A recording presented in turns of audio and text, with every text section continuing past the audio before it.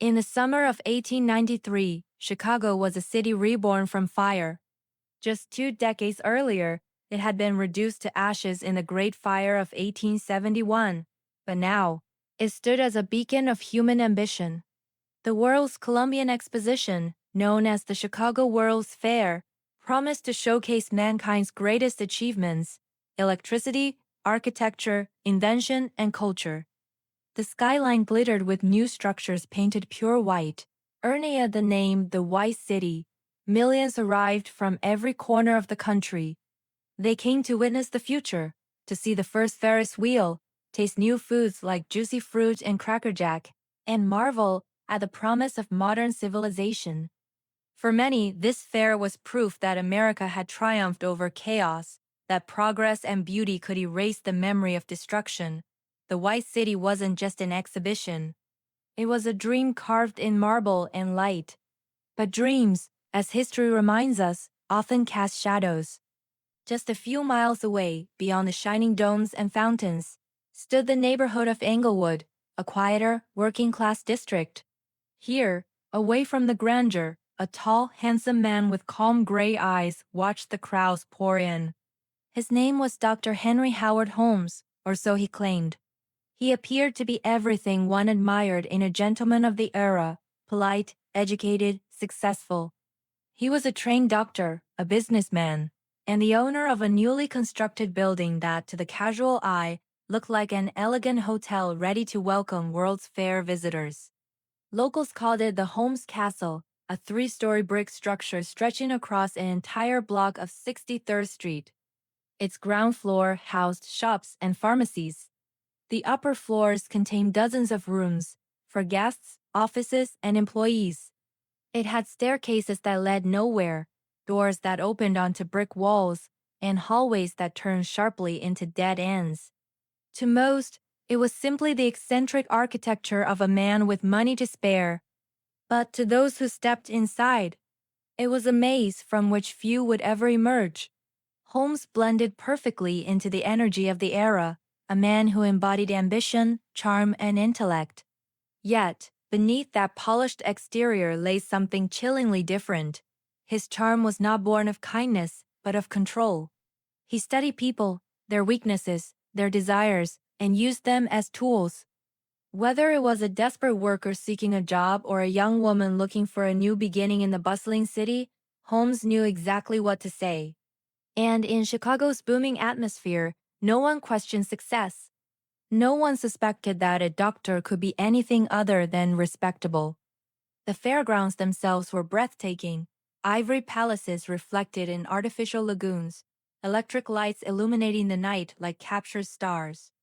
Visitors called it heaven on earth, but across the city, Holmes Castle stood like an unholy counterpart, a darker reflection of the White City as perfection. Where one represented light, innovation, and progress, the other embodied secrecy, deception, and death. Each day, as crowds cheered for the marvels of invention, Holmes quietly expanded his web. He hired new employees, young women mostly, who would mysteriously vanish within weeks. Suppliers delivered large quantities of acid, quicklime, and custom-built airtight rooms, all under the pretense of scientific work. No one questioned the doctor. Why would they? In the city of progress, evil was the last thing anyone expected to find. Chicago in 1893 was a world of duality, a paradise and a nightmare coexisting within the same streets. On one side, music, laughter, and hope. On the other, whispers of disappearances, unclaimed luggage, and strange noises from Holmes's building late at night. The newspapers were too busy celebrating the fair's triumph to notice the pattern. The police, overwhelmed by the influx of visitors, dismissed missing persons as common occurrences. Holmes thrived in that chaos. He was, in every sense, the perfect predator for his time, invisible not because he hid, but because he fit in so well. While the world marveled at inventions like the electric light and the telephone, Holmes invented something far more terrifying: the systematic art of murder disguised as business. The castle became his laboratory. Some rooms were sealed tight with gas pipes leading in. Others had trapdoors that dropped into the basement. There were chutes for transporting bodies, secret passages for quick escapes, and a custom-built furnace that could burn anything beyond recognition. And yet, if you passed by, you'd see nothing unusual, just another successful businessman preparing for the busiest summer in Chicago's history. By the time the World's Fair opened, the stage was set. Millions of hopeful souls flooded into the city. They brought with them their dreams, their savings, their families. Among them were women seeking work, travelers looking for lodging, and salesmen eager for opportunity, all drawn to the promise of the new age. For some, their first stop would be the White City. For others, it would be Holmes's castle. And for those who entered its doors, there would be no exit. The irony was haunting. While Chicago celebrated human brilliance and progress, it unknowingly birthed one of the darkest chapters in American history. Beneath the shining lights of the fair, a doctor of death was writing his own exhibit, one built not on innovation, but on horror. And as the summer of 1893 unfolded, no one could have imagined that one man, hidden in plain sight, would soon earn a title that would echo for centuries, America's first serial killer. Before he was known as H. Holmes, he was simply Herman Webster Mudgett, born in 1861 in a small New Hampshire village. To the world, his early years appeared unremarkable, the quiet, bookish son of devout parents. But beneath that surface of discipline and respectability, something far more sinister was brewing. Even as a child, Herman displayed an unnerving fascination with death. It began innocently enough. Animals dissected for learning, skeletons studied for curiosity.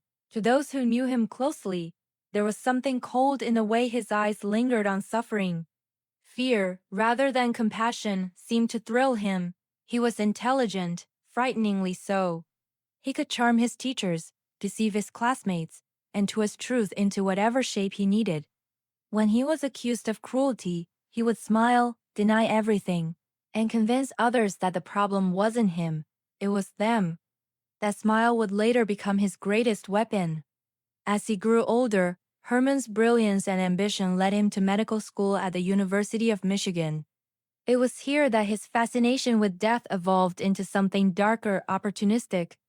Medical schools required cadavers for dissection, and bodies were often scarce. Rumors spread among students about midnight suppliers who dug up graves to sell corpses. Holmes, ever pragmatic, saw opportunity. He began assisting in such schemes, stealing bodies, mutilating them beyond recognition, and using them to fake insurance claims. He would take out policies, stage accidents, and then present the corpses as evidence. The payouts funded his growing appetite for luxury and control. Every crime he committed felt like an experiment, not just in deceit, but in domination. He was learning how far human trust could stretch before it broke. When people described Herman Mudgett, they spoke of his calm confidence, his gentle tone, his polished manners. But that was the mask, meticulously crafted, perfectly maintained. Beneath it lay a man utterly devoid of empathy. He understood what people wanted: security, love, validation, and he mirrored it back until they believed in him. His genius wasn't just in killing. It was in manipulation. After graduating, he abandoned his past, adopting the name Dr. Henry Howard Holmes. The transformation wasn't just professional, it was psychological. He wasn't escaping his old identity. He was erasing it. By the late 1880s, Holmes had perfected his performance. He married multiple women under false names, swindled investors, and vanished before anyone caught on. His charm was magnetic, his lies flawless. Each success only emboldened him further. When he arrived in Chicago in 1886, the city was teeming with opportunity. The Industrial Revolution had turned it into a bustling hub: railroads, factories, and new wealth everywhere. To Holmes, it was a playground for predators. He took a job at a pharmacy owned by an elderly widow, Elizabeth Holton, whose kindness and trust made her an easy mark. Within months, she mysteriously disappeared. Holmes took over the business, telling everyone she had retired out west. No one questioned it, after all. Dr. Holmes was respectable, polite, and successful. With his newfound income, he purchased the empty lot across the street, the one where the castle would soon rise. He personally oversaw every stage of its construction, hiring and firing contractors, so no one would understand the full layout. Each wall, corridor, and trapdoor served a purpose only he knew. This wasn't just architecture, it was psychology turned to stone. Holmes created an environment designed to disorient, isolate, and destroy. Soundproof rooms, hidden gas lines, a maze meant to erase any sense of direction. He called it his hotel, but it was never meant to welcome guests. It was meant to consume them. And yet, to the outside world, he was everything a man of the age aspired to be: handsome, educated, entrepreneurial. Newspapers praised his ambition. Women admired his refinement. The contrast was chilling. A man who could discuss literature at dinner and murder by dawn. Holmes thrived on duality, the doctor and the devil, the businessman and the butcher. It wasn't just about killing. It was about control. Every person who entered his life became a pawn in his psychological experiment, a test of how far he could go without being caught. He didn't choose victims randomly. He sought those who trusted easily, women seeking independence in a world still ruled by men, workers desperate for stability, or travelers looking for a room. To each, he offered exactly what they needed: a job, a home, a promise. And once they entered his orbit, escape was nearly impossible. Chicago was growing louder, busier, and more chaotic by the day. The approaching World's Fair promised millions of new faces, a sea of strangers no one would ever miss. For Holmes, it was a gold mine. He didn't just build a hotel. He built a machine, one fueled by deception, fear, and flesh. But behind his smooth words and perfectly tied cravat, Holmes was not driven by necessity or greed alone. What he sought was something more abstract, a godlike sense of power. To create life and end it at will. To play the role of judge, executioner, and creator in his own private world. As Chicago celebrated innovation and human progress, Holmes quietly prepared his own exhibition, a monument to human darkness. The world knew him as Dr. Holmes, a healer, a gentleman, a visionary entrepreneur. But history would remember him by a far darker name, the man behind the mask. Because the truth was, Henry Howard Holmes didn't just wear a disguise. He was the disguise. By 1892, the corner of Wallace Avenue and 63rd Street in Chicago had become a monument to modern ambition. At least, that's what the newspapers called it. A massive, three-story structure with clean lines and elegant windows rose over the bustling suburb of Englewood. People called it the Holmes Castle. To the ordinary passerby, it was impressive, part pharmacy, part office space, part lodging for travelers. Dr. Henry Howard Holmes was admired as a successful businessman, offering jobs and rooms to visitors who came to Chicago in search of fortune. But behind those brick walls, something unspeakable was taking shape, a labyrinth born from one man's diseased imagination. The building wasn't designed for beauty. It was designed for control. Each floor, each hallway, each door seemed ordinary, but nothing inside that building truly was. Holmes had hired and dismissed countless builders and carpenters, making sure no one but himself ever saw the full blueprint. The layout was a mystery even to those who built it. It was a maze of madness. Corridors led to brick walls. Staircases ended abruptly at the ceiling. Some doors opened to empty shafts that dropped into darkness. Rooms were windowless, their walls layered with asbestos to muffle sound. On the second floor, the real horror began. There were chambers that locked from the outside. Pipelines connected hidden gas tanks to vents embedded in walls. Holmes could stand in his office and turn a valve, silently releasing deadly fumes into any room of his choosing. Victims would grow drowsy, confused, and then collapse, never realizing who controlled their fate. Below them lay the basement, the heart of the castle, a place Holmes called his laboratory. Down there, Furnaces roared at all hours, and chemical vats bubbled with acid. A chute ran from the top floor to the basement, disguised behind a false panel, allowing Holmes to dispose of bodies with mechanical efficiency. No one questioned the odd smells that drifted through the building at night. Holmes explained them away as part of his chemical experiments. No one imagined that the doctor's work involved dissolving flesh, boiling bones, or selling skeletons to medical schools. To his tenants and guests, Dr. Holmes was a gentleman. Always courteous, always smiling. He greeted every visitor personally, guided them through the corridors himself, and made sure their stay seemed comfortable, until it wasn't. His victims came from everywhere. Young women seeking employment, salesmen passing through, romantic partners who trusted him completely. He lured them with charm and opportunity, then trapped them in his maze. Imagine stepping into one of his rooms, soft carpets, gaslight flickering on polished furniture, a gentle hum of the city beyond the walls. Everything felt safe. Until you noticed there were no windows. The doorknob didn't turn, the air grew thin. And somewhere faintly you heard a hiss, the sound of gas seeping in. By the time panic set in, it was already too late. Some victims were suffocated. Others were starved, tortured, or experimented on. Holmes observed them clinically, detached, fascinated by human behavior under fear. He wasn't just killing for pleasure, he was studying it. In his mind, each death was a perfectly controlled experiment, a test of intellect over life. When Chicago prepared for the 1893 World's Fair, Holmes saw his chance. Millions of visitors were expected from around the world. He renovated parts of his castle into a hotel for fairgoers, advertising affordable rooms and warm hospitality. The irony was cruel. People came to witness human progress, unaware that one of humanity's darkest creations stood just a few blocks away. Guests checked in. Few ever checked out.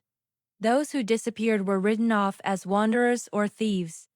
The city was chaotic. New faces arrived daily, and the police were overwhelmed. No one connected the dots between the missing travelers, the lost employees, and the ever-smiling Dr. Holmes. He even had accomplices, loyal workers who carried out orders without question. Some claimed they thought it was all business. Others suspected the truth but feared him too much to speak. Holmes's authority was absolute. He controlled everyone through charm, money, or blackmail. To those who crossed him, disappearance was swift and final. Down in the basement, the truth lay buried. The remains of countless victims, stripped of identity, melted into oblivion. Bones were cleaned and articulated into skeletons, then sold to universities. Teeth, hair, clothing, all vanished into fire and acid. For Holmes, it was never about money anymore.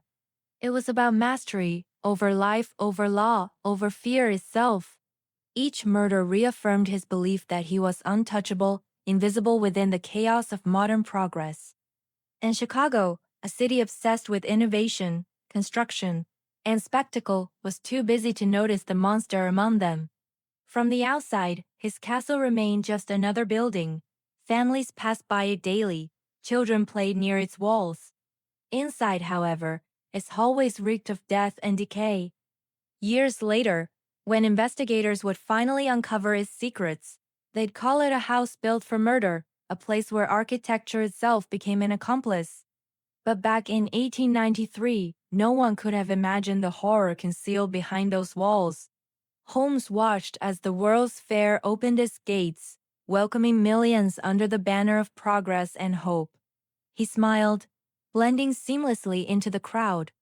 To the world, he was a man of success and charm. To his victims, he was the last face they ever saw. The castle stood as both his sanctuary and his snare, a cathedral of death born in the Age of Enlightenment. And as the fair's fireworks lit up the Chicago sky reflecting off the building's polished windows, no one realized that just a few blocks away, inside that silent maze of rooms and corridors, the real fire had already been burning for years, one fueled not by light but by human darkness. The summer of 1893 was unlike any America had ever seen. Chicago had transformed overnight, from a city of smoke and slaughterhouses into a glittering symbol of progress.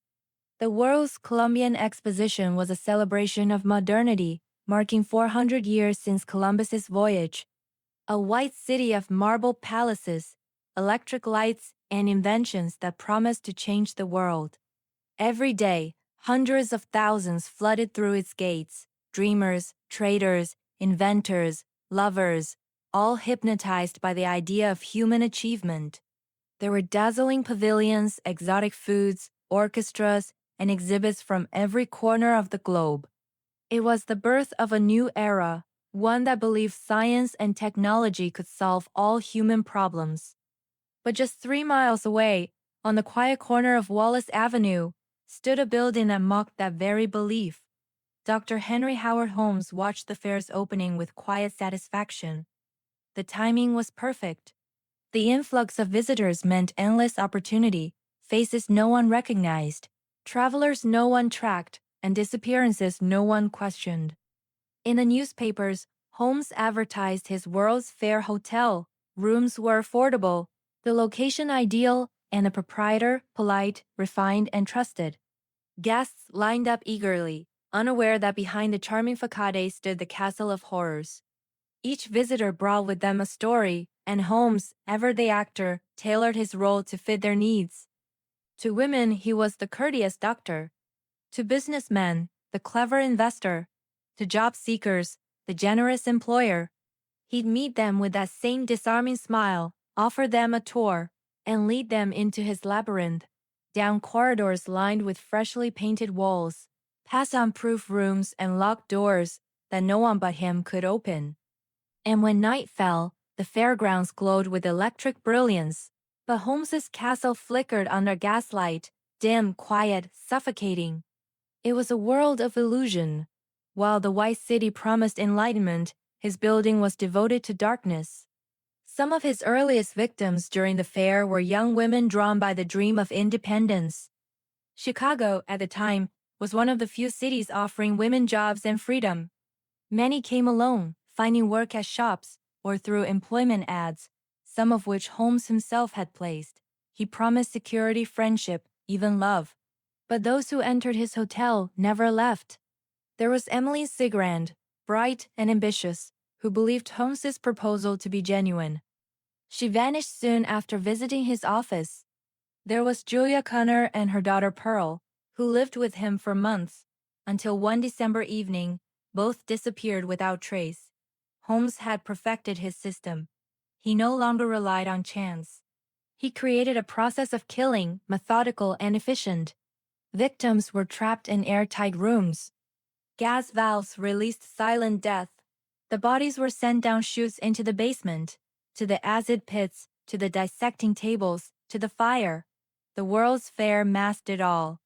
Every missing person was just one among thousands lost in the chaos. Meanwhile, Holmes expanded his reach. He seduced new partners, including Benjamin Pitezel, a loyal associate who would later become both his tool and his victim. Together, they built a business empire of scams and fraud, insurance claims, fake companies, and forged documents, all under the illusion of legitimacy. Holmes moved like a ghost through the fair, attending galas, meeting investors, shaking hands with industrial giants. He blended seamlessly into high society, his charm a perfect disguise for the rot beneath. He understood one thing better than most. In a city obsessed with success, no one looked too closely at the cost. At night, fireworks exploded above the fairgrounds, lighting up the sky in shades of gold and red. Crowds cheered.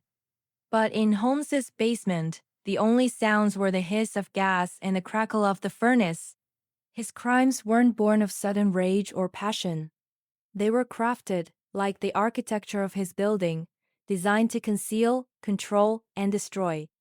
Witnesses later described strange deliveries, large trunks, heavy crates, the smell of chemicals. But none dared to question. His employees feared him, and those who tried to leave often vanished themselves. The castle had become a machine, one fueled by human lives. And while the fair dazzled the world with Ferris wheels, electricity, and hope, Holmes's creation was its dark reflection, a monument to how progress could be twisted into something monstrous. By the time the fair ended in October 1893, millions had visited Chicago. The city had become a symbol of rebirth and triumph. But for many families, their loved ones never came home. Letters went unanswered. Addresses led nowhere. Names disappeared from records. And Holmes? He walked away richer, more confident, more dangerous than ever before. He had fooled the entire city, and in doing so, proved a chilling truth, that in the shadow of civilization's brightest lights, evil doesn't need to hide in darkness. It only needs to look normal. The fair closed with fireworks and music, the dawn of modern America. But a few miles away, under the soot-stained bricks of a quiet building in Englewood, the echoes of screams lingered, swallowed by the same city that celebrated invention, beauty, and human greatness. No one yet knew that within those walls, the country's first serial killer had turned progress itself into his accomplice. By 1894, the World's Fair had ended. The lights of the White City had faded, and Chicago was returning to its normal rhythm. But while the city exhaled after its grandest celebration, one man quietly continued to build a different kind of empire, one made not of progress, but of lies, manipulation, and greed. Dr. H. Holmes, the charming entrepreneur, the brilliant pharmacist, the respectable businessman, had become a master of illusion. He had fooled everyone. His hotel had earned a dark reputation among those who worked near it, but nothing concrete ever surfaced. Rumors of missing women or strange deliveries were brushed aside as gossip. After all, who would suspect a polite, educated gentleman like Holmes? But Holmes wasn't just a killer. He was a strategic fraud artist, constantly reinventing himself with new identities, new businesses, and new schemes. When the fair ended, he expanded his operations. He began selling fake inventions, filing false insurance claims, and setting up ghost companies that existed only on paper. At first, it was small scale, borrowing money from banks, never repaying charming investors into partnerships that ended with their ruin. But soon, Holmes realized the true potential of America's booming capitalism. If you looked successful, people would never question what was real. He moved like a shadow through cities Chicago, St. Louis, Philadelphia, Toronto, leaving behind unpaid bills, vanished partners, and unanswered questions. And wherever he went, death seemed to follow. One of his closest associates was Benjamin Pitezel, a carpenter and small-time con artist he met during the fair. Pitezel was loyal, naive, and easily manipulated, the perfect pawn. Holmes saw in him not just a business partner, but another opportunity. Together, they planned elaborate insurance scams. Pitezel would fake his death. Holmes would help his widow claim the policy, and they split the payout. On paper, it was flawless. In reality, Holmes had no intention of sharing anything. But before the scheme would unfold, Holmes continued to weave his web deeper. He forged documents, created aliases, Henry Howard Holmes, Henry Gordon, Alexander Bond, shifting between identities as easily as he changed cities. His charm disarmed every question. When creditors came looking, he smiled, promised repayment, and vanished before the ink on his letters dried. When the law grew suspicious, he simply moved always one step ahead, always with a new story, a new town, a new name. Behind that calm exterior, however, something darker was growing. Holmes wasn't just conning banks anymore. He had become addicted to control, the thrill of manipulating people's lives, of deciding who lived, who trusted him, and who disappeared. His victims weren't random. They were chosen, women who trusted too easily, partners who got too close, employees who knew too much. One by one, they fell into his carefully set traps. In St. Louis, Holmes opened a new office under yet another alias. He charmed the locals, even won over a police officer who rented him space. But soon, he was caught, arrested for fraudulent dealings involving horses. It was his first real brush with the law. For most men, Prison would have been a reckoning. For Holmes, it was an opportunity. Inside, he met Marion Hedgepeth, a professional swindler serving a long sentence. The two became allies, swapping ideas about scams and insurance fraud. Holmes revealed his plan with Pitezel to fake a death and claim $10,000 in life insurance. Hedgepeth, intrigued, agreed to connect him with a corrupt lawyer who could help make it look legitimate in exchange for a small cut. Holmes left prison smiling. But Hedgepeth had underestimated the monster he'd just helped unleash. Outside, Holmes wasted no time. He reconnected with Pitezel, pretending the scheme was still friendly. But his real plan was far darker. He would kill Pitezel himself, claim the insurance money, and manipulate Pitezel's family to cover his tracks. Holmes had become so consumed by deception that truth no longer existed in his world. Every word, every gesture, every promise was part of a performance, a play in which he was both the director and executioner. He convinced Pitezel that the insurance scam was foolproof. "They'd fake his death using a cadaver," Holmes said, "and soon they'd both be rich." What Pitezel didn't know was that he would be the cadaver. Meanwhile, Holmes charmed Pitezel's wife, Carrie, promising her safety, assuring her that everything was under control. He even offered to look after her children during the process, a gesture that would later become one of the most chilling chapters in his crimes. By the time he left Chicago for Philadelphia in 1894, Holmes had become a ghost of many faces. Each lie built upon the last, forming a web so vast that even he sometimes seemed to forget where truth ended and fiction began. His charm was his weapon, his intellect his disguise. And America, busy chasing dreams of progress and wealth, was the perfect hunting ground for a man who understood one thing better than anyone else. If you hide evil beneath success, no one looks for the blood. The stage was set. The players were in motion. Holmes had his plan, his victim, and his false paper trail ready. But soon, for the first time in his life, the web he had so carefully spun would begin to tighten around him. Because this time, his lies wouldn't vanish into the smoke. This time, the world would finally start to see the devil hiding in plain sight. September 1894, Philadelphia. The city of innovation, industry, and ambition. Steam trains whistled through crowded stations. Telegraph wires buzzed with the pulse of progress. But in a quiet office on Callowhill Street, a darker story was unfolding, one that would expose the true face of America's first serial killer. H. Holmes had returned with his partner Benjamin Pitezel, carrying out what seemed to be their biggest con yet, a fake death to cash in on a $10,000 insurance policy. Everything was planned. The victim would be a disfigured corpse found in a lab explosion. Pitezel would vanish. Holmes would collect the money through a widow's claim. Simple, clean, profitable. Except, there was one flaw. Holmes didn't plan to fake Pitezel's death. He planned to create it. On a chilly September morning, Holmes met Pitezel in his rented office. He greeted him with his usual calm charm, reassuring, confident, a friend in control.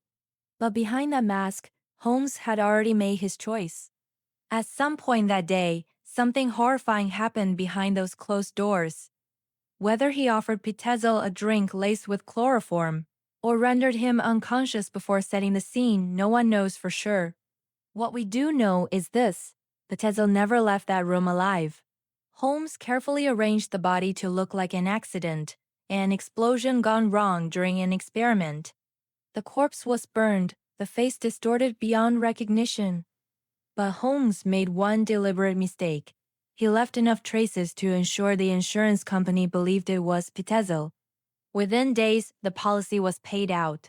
Holmes received the money through his usual tricks, using forged documents and fake identities. But this was only the beginning of a far darker deception. Because Holmes wasn't done with the Pitezel family. He approached Carrie Pitezel, Benjamin's wife, with his signature sympathy. He told her husband was safe, hiding abroad until the authorities stopped investigating the accident. He promised he'd soon reunite them. And then, with calculated concern, He offered to take care of her children, Alice, Nellie, and Howard, while everything settled down. Carrie, desperate and grieving, agreed. It was a decision that would haunt history forever. Holmes began traveling across America with the three children in tow. They moved from city to city, Indianapolis, Cincinnati, Detroit, Toronto, always under false names. He told them stories, bought them treats, and kept them just close enough to trust him. To strangers, they looked like a happy family on a journey. In reality, they were walking deeper into the heart of a killer's labyrinth. Meanwhile, back in Philadelphia, cracks in Holmes's story began to appear. Detectives working for the insurance company noticed inconsistencies in the paperwork. The body found didn't fully match Petezel's medical history. There were rumors that Holmes had been in trouble before: scams, unpaid debts, aliases. And then came a name that changed everything: Marion Hedgepeth. The same man Holmes had met in prison months earlier, the one he'd promised a cut of the insurance payout, realized he'd been betrayed. Holmes had never paid him. Enraged, Hedgepeth went to the police. He told them everything about the fake death plot, the insurance scam, and Holmes's real name. The investigation exploded. Detectives traced Holmes's past across several states: the frauds, the disappearances, the women who never came home. The web of deception he had built for years was unraveling thread by thread. But Holmes, ever confident, believed he could outrun the truth. He moved constantly, changing names, burning evidence, and sending letters to Carrie Petezel assuring her that her husband was fine. But the children, they were no longer safe. In October 1894, the chase intensified. The Pinkerton National Detective Agency, America's most renowned investigators, joined the pursuit. Their reports described Holmes as intelligent, methodical, and utterly without conscience. They tracked him through hotel records, ticket receipts, and witness statements. Each city they visited revealed another trace of his lies: another family defrauded, another person missing. And finally, in November 1894, they caught up with him in Boston. Holmes was arrested for insurance fraud, but investigators already suspected something far worse. When they began retracing his steps, they uncovered something truly horrific. The Petezel children, the innocent faces who trusted him, had vanished. As detectives dug deeper, they realized they weren't chasing a con artist anymore. They were chasing a predator who had mastered deceit so perfectly that even his victims followed him willingly. Holmes sat in his cell, calm and unbothered, while the world outside began to connect the dots: the castle of horrors in Chicago, the trail of missing women, the false names, the burned body in Philadelphia. The mask was slipping. And for the first time, America was about to see the smiling face of the man newspapers would soon call the Devil in the White City. December 1894. Snow blanketed the streets of Chicago, muffling the noise of the city, but in the heart of America's growing industrial empire, detectives were chasing ghosts. 3 children, Alice, Nellie, and Howard Petezel, had vanished. Their mother believed they were safe, cared for by a trusted family friend. But investigators now knew the man she trusted most, Dr. H. Holmes, was not a doctor, not a friend, and certainly not a man. He was a predator. When detectives opened Holmes's briefcase after his arrest in Boston, they found something chilling: letters written in a child's handwriting. Innocent words from the Petezel girls, filled with hope and longing, addressed to their mother. "Dear Mama, Mr. Holmes says Papa will come soon. We are going to see him. Don't worry." Those letters, once symbols of comfort, now became evidence of deception. Detectives realized Holmes had deliberately written to Carrie Petezel to keep her calm, sending letters to her that he never mailed from the children. He wanted her to believe her kids were safe, while in truth, he was moving them like pawns across a chessboard of death. The trail stretched across the American Midwest. Pinkerton agents followed ticket stubs, train records, and hotel ledgers, tracing Holmes's footsteps through Cincinnati, Indianapolis, Detroit, and Toronto. Each stop revealed a disturbing pattern. Holmes traveling under different names, always with the children, always one step ahead. In Indianapolis, witnesses remember seeing a polite, well-dressed man with two little girls and a boy. They stayed at a boarding house for a few days, quiet, reserved, nothing unusual. Holmes told the landlady they were his children. He charmed everyone. But behind the charm, he was plotting something unspeakable. In Detroit, investigators found the next trace. Holmes had checked into a hotel with Alice and Nellie, while little Howard stayed behind with another associate. Days later, Holmes and the girls disappeared. The boy, never seen again. Detectives scoured train depots and rooming houses, piecing together fragments of his journey. Then in Toronto, their worst fears came true. At 16 Vincent Street, a quiet, unassuming house Holmes had rented under a false name, police made a grim discovery. In a cellar, buried beneath a thin layer of dirt and ash, they found the remains of Alice and Nellie Pitezel. Their small bodies were contorted, showing signs of suffocation. Holmes had killed them, then buried them in a shallow grave before leaving town as if nothing had happened. The entire investigation team went silent. Hardened detectives who had seen death before now stood in tears. These weren't victims of random violence. They were children who trusted the man who murdered them. But there was still one child unaccounted for: Howard. Following new leads, police traveled to Irvington, Indiana, where Holmes had briefly stayed before heading north. They questioned neighbors who remembered a man matching his description, renting a small cottage and asking strange questions about how to dispose of animal carcasses. That clue led them to a nearby chimney and furnace. Inside, investigators found bone fragments, a few teeth, and charred remains that matched the age of a young boy. It was all that was left of Howard Pitezel. By early 1895, the truth was undeniable. Holmes hadn't just killed strangers or lovers. He had murdered the children of his own friend.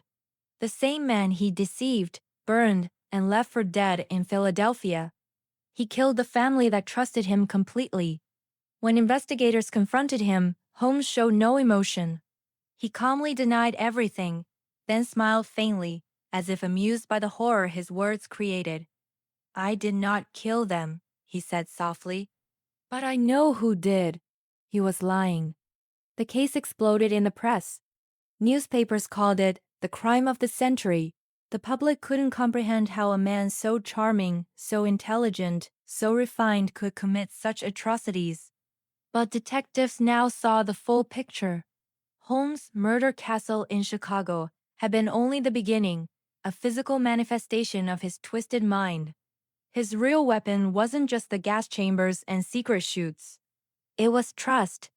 He killed not through rage or passion, but through calculation, manipulating, deceiving, and destroying those who believed in him. By the time the children's bodies were buried, Holmes's mask had finally shattered. The charming doctor, the polite businessman, the genius inventor, all of it was gone. In its place stood the cold, undeniable truth. Herman Webster Mudgett, the man history would remember as H. Holmes, had crossed the line between human and monster. And as America mourned the innocent lives lost, one haunting question lingered in every newspaper headline, every courtroom whisper, every grieving mother's prayer.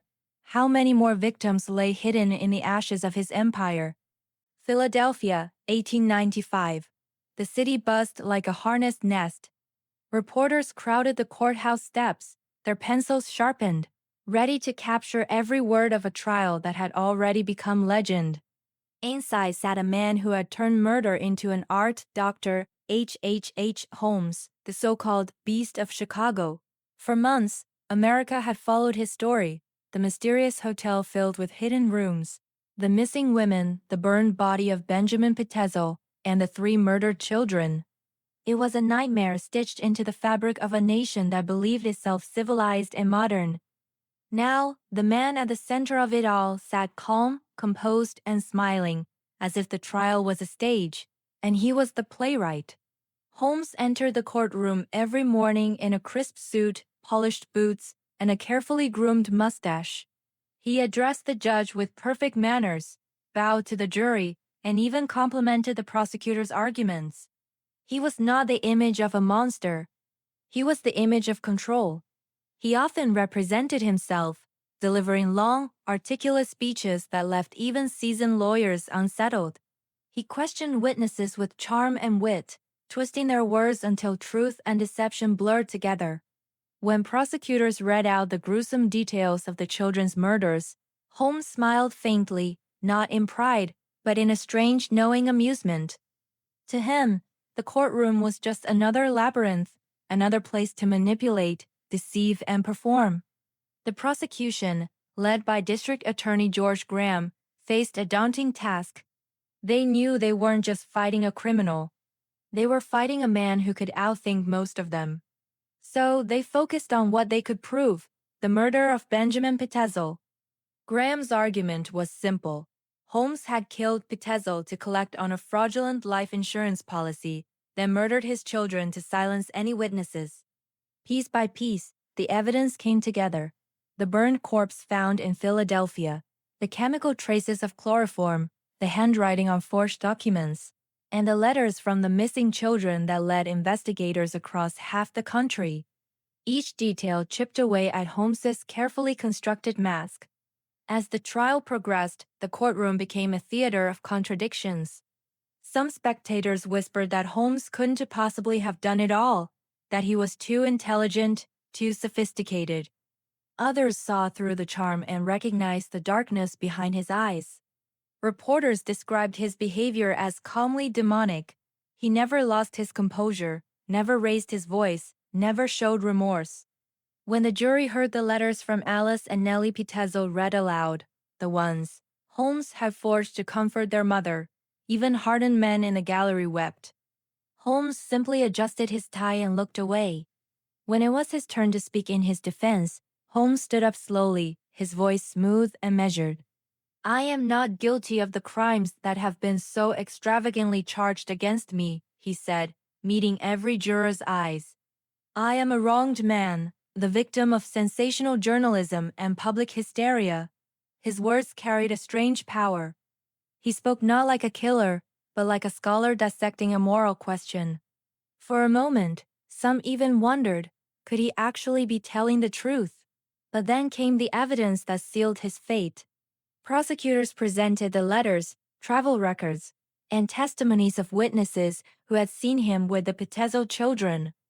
They showed the false names he used, the hotels he rented, the furnaces he built.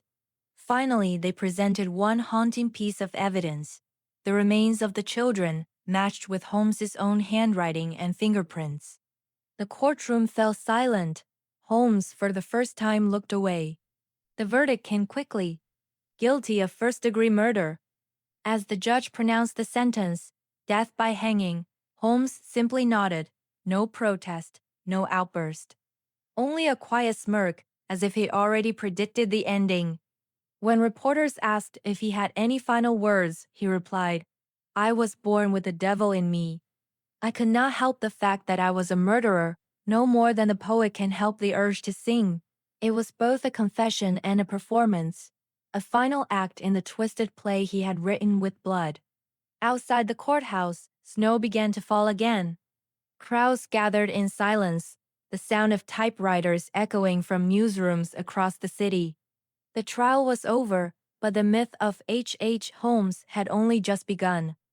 People wondered if justice had truly been served, or if Holmes, even in death, had managed to manipulate the world one last time. Because beneath the calm words and polite gestures, beneath the intelligence and charm, lay something unfathomable: a man who had turned human life into an experiment. And as the courthouse lights dimmed, one question echoed across America: had the devil finally been caught or merely understood? Philadelphia, May 1896. The world's first modern serial killer was sitting in a cold, gray cell calmly writing his final words. Outside the prison walls, newspaper reporters waited like vultures, their pens trembling with anticipation. Inside, Herman Webster Mudgett, better known as H. Holmes, was doing what he'd always done best: turning death into spectacle. His confession began not as an apology, but as a performance. Page after page, Holmes crafted a story so grand, so bizarre, that even the most experienced editors struggled to separate truth from imagination. He claimed to have killed over 200 people, luring them into his murder castle in Chicago, before disposing of their bodies in furnaces and acid vats. But the problem was, no one could verify most of it. Holmes wrote with chilling calm, "I was born with the devil in me. I could not help the fact that I was a murderer, no more than the poet can help the inspiration to sing. It was a confession that stunned America, not because of its horror, but because of its arrogant poetry." Holmes wasn't repenting, he was romanticizing his evil. He spoke of murder the way an artist speaks of his craft. Investigators, meanwhile, were torn. They knew Holmes had definitely killed several people, including Benjamin Petezel, a trusted associate he had deceived, and murdered for insurance money, and possibly Petezel's 3 children, whose tiny bodies were later found hidden in various rental homes. But 200 victims? That sounded like fiction. Some believed Holmes exaggerated his crimes to cement his legacy, to ensure he'd be remembered as the American Jack the Ripper. Others thought he was lying to conceal something darker, the identities of powerful men and women who might have helped him. As the days passed, the tone of his writing changed. From the confident prose of a manipulator to the cryptic reflections of a man haunted by something or pretending to be. He wrote about dreams of the dead visiting him at night, about faces he could no longer forget, about the sound of screams echoing through the halls of his imagination. But then, just as quickly, he'd return to his old self, boastful, detached, almost proud. It was as if Holmes was conducting one last psychological experiment on the world itself. The morning of May 7, 1896, arrived with an eerie stillness. At Moyamensing prison, the gallows stood ready. The crowd outside swelled into thousands. Reporters from New York, Chicago, and London waited to record the final moments of America's most infamous murderer. Holmes stepped forward in a crisp black suit and white collar, his posture unnervingly calm. He looked more like a preacher than a killer. As the noose was placed around his neck, witnesses expected trembling, tears, maybe even a confession of remorse. But Holmes stood tall, composed, almost curious. His final words were unsettlingly controlled. "Gentlemen, I am ready to go." The trapdoor opened, the body dropped. But death, like everything else in Holmes's life, refused to go as planned. The fall didn't break his neck. Instead, his body twitched and writhed for nearly 15 minutes before he finally went still. It was as if, even in death, the devil within him refused to die quietly. When the doctors confirmed he was gone, a strange request came to light. Holmes had demanded that his coffin be filled with cement and buried 10 feet deep. He feared that his body might be stolen, dissected, or displayed like a curiosity. Perhaps it was paranoia. Or perhaps, deep down, Holmes knew that people like him never truly die. They live on in whispers, in stories, in nightmares. As the soil covered his grave, America tried to move on. But the unease lingered. Questions remained unanswered. How many victims were real? How many stories were inventions of his twisted mind? No one ever truly found out. Because the truth, much like H. Holmes himself, was buried deep beneath the foundations of his lies.